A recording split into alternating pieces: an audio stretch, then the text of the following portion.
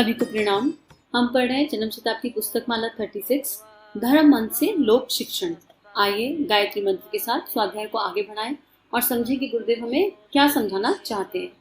ओम भूर्भुवः स्वः तत्सवितुर्वरेण्यं भर्गो देवस्य धीमहि धियो यो नः प्रचोदयात्। पिछले स्वाध्याय में गुरुदेव ने हमें समझाया कि प्रजातंत्र को जागना पड़ेगा और वोटरों के पास एक बहुत बड़ी शक्ति है और वोट किस आधार पर देना चाहिए ये समझाया। उसके बाद गुरुदेव ने कहा कि युग निर्माण योजना की जो कार्य क्षेत्र है वो बढ़ेगा। ये धर्म के रूप में प्रारंभ हुआ था, लेकिन क्योंकि जिन लोगों के पास कला है, प्रतिभा है, धन है, संपदा है, वो उसका सही सदुपयोग अभी नहीं कर पा रहे हैं, वो नहीं जाग रहे हैं। तो इसलिए गुरुदेव नए चेहरे लेकर आएंगे, नए लोगों के अंदर की प्रतिभा को जागृत करेंगे जो अपनी प्रतिभा का देश के निर्माण में, राष्ट्र के निर्माण में सही तरीके से उपयोग कर सकेगी। आगे हमें समझा रहे गुरुदेव धर्म तंत्र को प्रखर पवित्र बनाने की आवश्यकता। यहाँ पे धर्म मंच से गुरुदेव बात कर रहे हैं, लेकिन धर्म तंत्र की बात कर रहे हैं। और धर्म तंत्र के ऊपर इसके पहले भी हम पढ़ चुके हैं JSPM 8 और 9। 1 में गुरुदेव ने बताया कि धर्म तंत्र का दुरुपयोग रुके, अगर वो रुक जाएगा तो क्या क्या होगा पूरा समझाया है। फिर 9 में बताया कि धर्म तंत्र का परिष्कार अनिवार्य है, ट्रांसफॉर्मेशन बहुत ही इंपॉर्टेंट है। और फिर JSPM 30 से बताया कि धर्म तंत्र के द्वारा हम कैसे लोक शिक्षण दे सकते हैं, कैसे समाज को नई दिशा दे सकते हैं। तो इसी में गुरुदेव ये समझा रहे हैं यहाँ, यदि दृष्टिकोण परिष्कृत ना हो सका, भावनाएं उदात ना हो सकी, आत्मीयता की परिधि विस्तृत ना हुई, तो मनुष्य पशु प्रवृत्तियों में ही जकड़ा रहेगा। संपन्नता, कुशलता और समर्था कितनी ही बढ़ी चढ़ी क्यों ना हो, उपलब्ध साधनों का दुरुपयोग ही होता रहेगा। दुरुपयोग करने में हर साधन का अपना और दूसरों के लिए कष्टकारक प्रतिफल ही उत्पन्न होता है। देखो, नकल के लिए भी अकल चाहिए, है ना।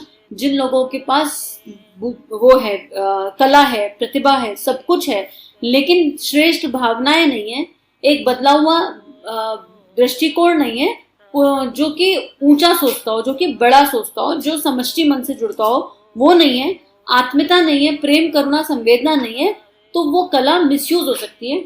अब जैसे सिनेमा हॉल क्या परोस रहे हैं, एक चित्रकार क्या बना रहा है, एक गुरुदेव ने एक एग्जांपल दिया था कि एक फीमेल का एक पिक्चर बन रहा है, उस पिक्चर को किस किस रूप में दिखाया जा सकता है, क्या क्या हम कर सकते हैं। लेकिन कला है, पर उस कला का दुरुपयोग हो रहा है, 100% दुरुपयोग हो रहा है। अब आतंकवादियों के पास तो बड़ी शक्ति होती है, बड़ी हिम्मत होती है, निडर होते हैं, वो चाहे तो सेना में भर्ती हो जाए, लेकिन आतंकवादी बने घूम रहे हैं। क्यों? कला तो है, लेकिन प्रतिभा भी है, शक्ति भी है, निडरता भी है, लेकिन संवेदनाएं जागृत नहीं है, करुणा जागृत नहीं है, आत्मीयता जागृत नहीं है। और भावनाएं जब श्रेष्ठ नहीं होती तब चीजें नहीं बनती। और भावनाओं को श्रेष्ठ करने के लिए एक ही चीज समझनी है कि हमको बस ये देखना है कि हमने पृथ्वी पर जन्म लिया तो हमने क्या सीखने के लिए जन्म लिया, हर परिस्थितियों से हम क्या सीख सकते हैं। और हमारे मन में हमेशा हर परिस्थिति में सबके प्रति प्रेम, करुणा, संवेदना का भाव होना चाहिए। किसी के लिए भी कोई गुस्सा, कोई लोअर इमोशन, कुछ भी इस तरह का भाव है तो समझ लीजिए कि हम अपना ही नुकसान कर रहे हैं। अगर हम इन गर्म कोयले को हाथ में पकड़ेंगे तो पहले हमारा ही हाथ जलेगा ना, बाद सामने वाले पे फेंकेंगे तो बाद में पहले अपने आप को ही जलाएंगे। तो कोई लाभ नहीं है लोअर इमोशंस को अपने हृदय में रखने का। अब इसी में गुरुदेव कह रहे हैं, भ्रष्ट चिंतन और भ्रष्ट आचरण के रहते कुबेर के समान संपन्नता और गणेश के समान बुद्धिमत्ता भी मात्र विपत्तियों का ही उत्पादन करती है। सज्जनता के रहते स्वल्प साधनों में भी सुख पूर्वक रहा और शांति पूर्वक रहने दिया जा सकता है। पारस्परिक सद्भाव से उत्पन्न सहयोग, सम्मान और स्नेह की सम्मिलित प्रतिक्रिया इतनी सुखद होती है कि उसे स्वर्ग के समतुल्य कहने में कोई अतियुक्ति नहीं होगी। और इसके ना जीते जाते एग्जाम्पल है हमारी लाइफ में। अभी जो हमारी प्रेसिडेंट बनी, उनका जीवन देख लीजिए, झांक कर उनका जीवन देख लीजिए। इतना इतना कठिन जीवन होने के बाद भी क्या थी, मन में शांति थी, देने का भाव था, अपने आप को ऊंचा उठाने का भाव था, और हर परिस्थिति से सीखा और ध्यान को अपनी शक्ति बनाया, और ध्यान को शक्ति बनाकर इंडिया में प्रेसिडेंट के स्तर पर आकर बैठ गई हैं। क्या था उनके भीतर? कोई शक्ति थी ना, वो शक्ति जागृत हो गई, किसी भी परिस्थिति में अपने आप को लो फील करने नहीं दिया। तो बस वही वाली बात है कि अगर हमारे अंदर सज्जनता है, करुणा है, सद्भावना है, तो बाहर की परिस्थितियां कितनी भी विकट हो जाएं, कोई आपके साथ आके कितना भी अनुचित कर जाए, आपकी शक्ति अगर है, आपकी करुणा संवेदना है, तो आप उठकर फिर खड़े हो जाएंगे, आप गिरेंगे नहीं। और उठकर खड़े नहीं होंगे, एक स्तर तक जाएंगे, एक ऐसे स्तर तक जाएंगे कि सब लोग देखते रह जाएंगे कि ये कैसे हो गया, ये इंसान, ये मनुष्य, ये ऐसा कैसे कर गया। इनकी तो हालत संसारिक दृष्टि से बड़ी खराब थी। तो यही गुरुदेव कह रहे हैं कि इतनी सुखद प्रतिक्रिया मिलेगी उसके कि उसके समतुल्य कुछ नहीं होगा। क्यों? हमको ये जानना है, हमको ये समझना है कि हम केवल ये शरीर नहीं है। अगर हमें हमारा सही स्वरूप समझ में आ जाए कि मनुष्य शरीर नहीं आत्मा है, शरीर को सुविधा प्रदान करने वाले साधन जितने आवश्यक हैं उससे भी अधिक उपयोगी वे आधार हैं जो आत्मा की उत्कृष्टता का रसादवन कराते हैं। इन्हें प्राप्त न कर सकने पर भौतिक दृष्टि से इंद्र जितना समृद्ध मनुष्य भी आंतरिक दृष्टि से निरही, दयनीय, अपंग, पीड़ित स्थिति में पड़ा कराता रहता है। विद्या की, ब्रह्म विद्या की आंतरिक उत्कृष्टता की आवश्यकता इतनी अधिक है कि उसे अन्न, जल और वायु की तरह ही आत्मा की अनिवार्य आवश्यकता कहा जा सकता है। अब कितने ही धनवानों को हम जानते हैं जिनके पास बहुत पैसा है लेकिन सुकून नहीं है, सुख नहीं है, चैन नहीं है, एक बेचैनी है अंतःकरण में। क्यों है? क्योंकि आप शरीर के लिए सब कुछ कर रहे हैं और वो भी सही तरीके से नहीं कर रहे हैं।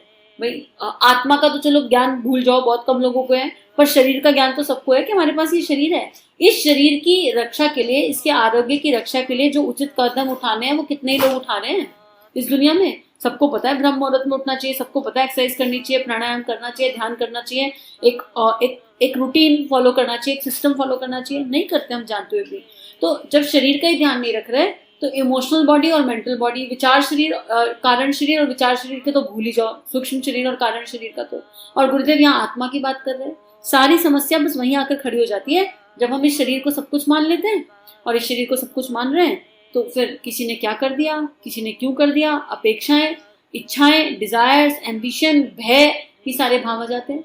और अगर हम ये मान लें कि हम एक आत्मा है और हमें रोल प्ले करना है तो लाइफ बहुत आसान हो जाएगी। व्हाट एम आई उठा के पढ़कर देखिए, कई बार गुरुदेव ने किताब लिखी है मैं क्या हूँ, उसको जानिए, उसको समझिए, तो बहुत सुंदर तरीके से बात समझ में आएगी। तो सारा जो दर्द है ना, जितने भी दुख हैं वो सब बस इस शरीर भाव के बनाए हुए दुख हैं। आत्म भाव में कोई दुख नहीं है, आत्म भाव में केवल आनंद ही आनंद है। और मनुष्य जीवन का एकमात्र उद्देश्य यही है, शरीर भाव से उठकर आत्म भाव में जीवन जीना और अपने रोल प्ले करना। और यही कहीं ना कहीं कुंडलिनी जागरण है। उपासना समर्पण योग में गुरुदेव ये बात लिखते भी हैं कि कुंडली जागरण का कोई बहुत बड़ा अर्थ नहीं है, बस इतना ही अर्थ है कि मनुष्य शरीर भाव से आत्म भाव में स्थित हो जाए।